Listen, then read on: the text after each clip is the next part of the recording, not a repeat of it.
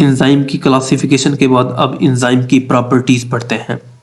Properties of enzymes. Enzymes are protein in nature. Enzyme protein के बने होते हैं। They never initiate any reaction, instead they accelerate the pre existing reaction. ये किसी भी reaction को इनिशिएट नहीं करते बल्कि ये प्री एग्जिस्टिंग रिएक्शन को एक्सीलरेट करते हैं। They reduce the energy of activation. ये एनर्जी ऑफ एक्टिवेशन को रिड्यूस करते हैं। They work efficiently at optimum pH. ये ऑप्टिमम पीएच कुछ एंजाइम के लिए जो पीएच होती है जिस पर वो स्टेबल होते हैं और एक्टिव होते हैं, ये पीएच है optimum pH. And optimum temperature, ये वो टेम्परेचर है for human body enzymes 37 degree centigrade is the optimum temperature. They require cofactor for their proper activity. ये कोफैक्टर रिक्वायर करते हैं इन एंजाइम प्रोटीन में भी ग्लोब्यूलर और फाइब्रस। जो प्रोटीन होती है एंजाइम में मोस्टली ग्लोब्यूलर प्रोटीन होती है। ये मोस्टली एंजाइम्स ग्लोब्यूलर नेचर के होते हैं। एनर्जी ऑफ एक्टिवेशन अब क्या है? It is the minimum amount of energy in calories और mole which is required by the reactants to start the reaction. अब ये किसी भी रिएक्शन को स्टार्ट करने के लिए मिनिमम अमाउंट ऑफ एनर्जी है, ये है एनर्जी ऑफ एक्टिवेशन। ये एक ब्रिज है जिसको रिएक्टेंट ने क्रॉस करना होता है। अब enzyme molecules contain a specific cleft or pocket called the active site. Enzyme के मॉलिक्यूल के पास जो एक स्पेसिफिक लेफ्ट या एक्टिव साइट होती है जिस पर जो सबस्ट्रेट होता है वो बाइंड करता है और ये बाइंडिंग के बाद चेंज होती है उस सबस्ट्रेट में जिससे एक प्रोडक्ट बनता है। The active site contains amino acid chains that create a 3-dimensional structural surface complementary to the substrate. अब एक्टिव साइट जो होती है इसमें अमाइनो एसिड चेन्स की एक सीक्वेंस होती है जो एक 3-dimensional स्ट्रक्चरल सरफेस बनाती है और ये कंप्लीमेंट्री होती है to the substrate. Enzymes are highly specific, interacting with one or few substrate catalyzing only one type of chemical reaction। अब एंजाइम हाईली स्पेसिफिक होते हैं और ये एक या फ्यू सबस्ट्रेट को कैटलाइज करते हैं और एक सिंगल केमिकल रिएक्शन और या एक ग्रुप ऑफ केमिकल रिएक्शन को कैटलाइज करते हैं। अब यहां पर लॉक एंड की मॉडल, यहां पर ये है कंप्लीमेंट्री टू सबस्ट्रेट। यहाँ पर lock and key model of the enzyme जो कि हम नेक्स्ट पढ़ेंगे वो यहाँ पर ये शो होता है। अब ये है enzyme catalysed reactions are highly efficient, accelerating the reaction 3 to 8 times faster than uncatalysed reaction. जो अनकैटलाइज्ड रिएक्शन होते हैं उनसे ये enzymatic catalysed reaction 3 to 8 times faster होते हैं।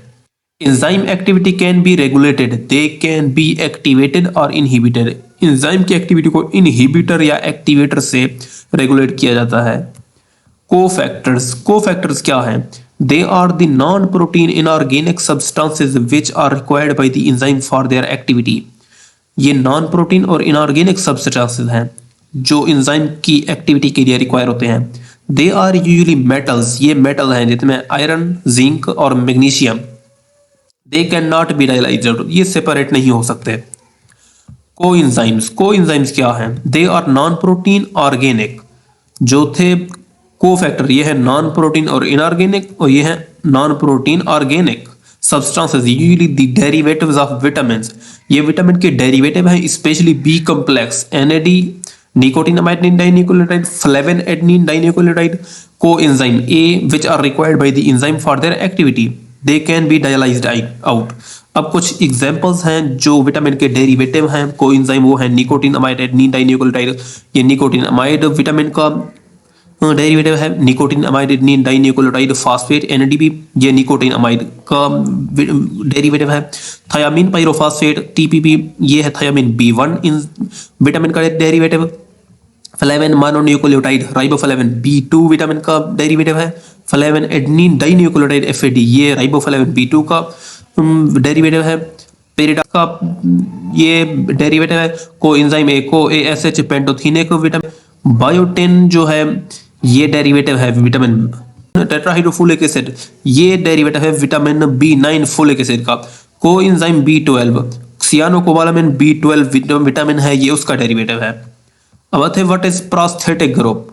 प्रोस्थेटिक ग्रुप क्या है? It is a tightly bound coenzyme that does not dissociate from the enzyme bio for example biotin of carboxylase enzyme, it is covalently bound.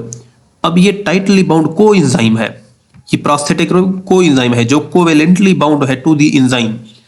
For example biotin of carboxylase enzyme, carboxylase enzyme जो carboxylation कराता है उसका जो उसके साथ एक bound है बायोटेन, ये है उसका प्रोस्थेटिक ग्रुप। अब एपो एंजाइम क्या है? एपो एंजाइम पी से याद करते हैं कि एपो पी से बनता है protein, it is the protein part of the hello enzyme. अब हालो एंजाइम का यहां मतलब क्या? हालो एंजाइम का मतलब है प्रोटीन पार्ट और नॉन प्रोटीन पार्ट का जो कलेक्शन है उसको हालो एंजाइम कहते हैं। In the absence of appropriate coenzyme, apoenzyme typically does not show biological activity. अब हालो एंजाइम है लास्ट, ये है apoenzyme plus coenzyme. Apoenzyme और को एंजाइम का जो कॉम्बिनेशन है ये बनाता है हालो एंजाइम। फॉर एग्जांपल जो एपो एंजाइम है ये प्रोटीन पार्ट है और जो को एंजाइम है ये नॉन प्रोटीन पार्ट है, और ये दोनों मिलकर बनाते हैं हालो एंजाइम। हालो का मतलब होल, कंप्लीट।